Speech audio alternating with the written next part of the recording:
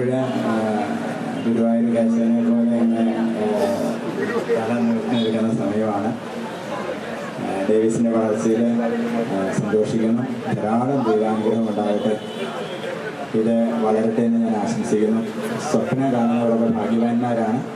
പക്ഷേ കാണുന്ന സ്വപ്നം അത് എക്സിക്യൂട്ട് ചെയ്യാനായിട്ട്, അത് പ്രവൃത്തിപഥത്തിൽ വരുത്താനായിട്ട് കഠിന പരിശ്രമം നടത്തുന്നവർ അതിനേക്കാൾ ഏറെ ഭാഗ്യവാനാണ്. ഇപ്പോൾ കുട്ടിക്കാട് വളരെ ഭാഗ്യം തന്ന ഒരു ചെറുപ്പക്കാരനാണ്. ആ ചെറുപ്പക്കാരൻ തന്നെ പറയും ഡേവിസ്. എനിക്കേറെ ഇഷ്ടമുള്ളൊരു കുടുംബമാണ് എൻ്റെ കുടുംബം. എൻ്റെ മാതാപിതാക്കളും സഹോദരന്മാരും സഹോദരിമാരെല്ലാം. ഓസ്കാർ നോമിനേഷൻ നേടിയ ബോളിവുഡ് ചിത്രം ദി ഫേസ് ഓഫ് ദി ഫേസ്ലെസ്സിലെ നായിക പദവി വരെ എത്തി നിൽക്കുന്ന powerful actress lady gorgeous Vincy അലോഷ്യസിനെ ഏറെ സ്നേഹത്തോടെ സ്വാഗതം ചെയ്യുന്നു. എല്ലാവർക്കും ഹാപ്പി ന്യൂ ഇയർ. ചെറിയ തിരക്കുകളുള്ളതുകൊണ്ടാണ് സ്വാഗത പ്രസംഗം ഒക്കെ കട്ട് ചെയ്തിട്ട് ഞാൻ ഇൻട്രപ്റ്റ് ചെയ്യുന്നത്. സോറി.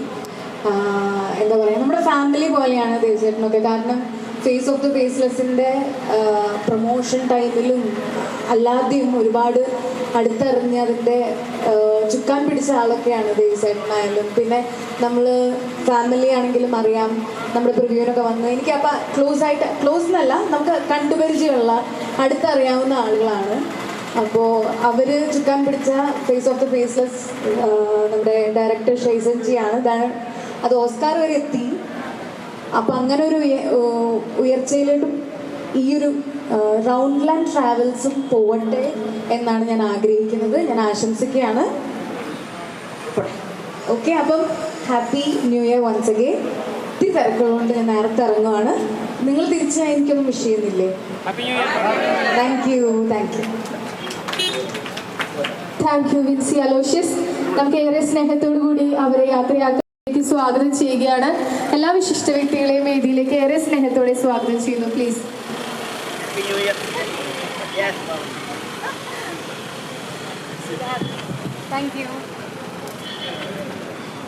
നമുക്ക് ഇവർക്കും പ്രാർത്ഥനയ്ക്കായി എഴുന്നേറ്റ് നിൽക്കാം. കൂടുതൽ വീഡിയോസിനായി B4 Blaze ഫോളോ ചെയ്യൂ, സബ്സ്ക്രൈബ് ചെയ്യൂ.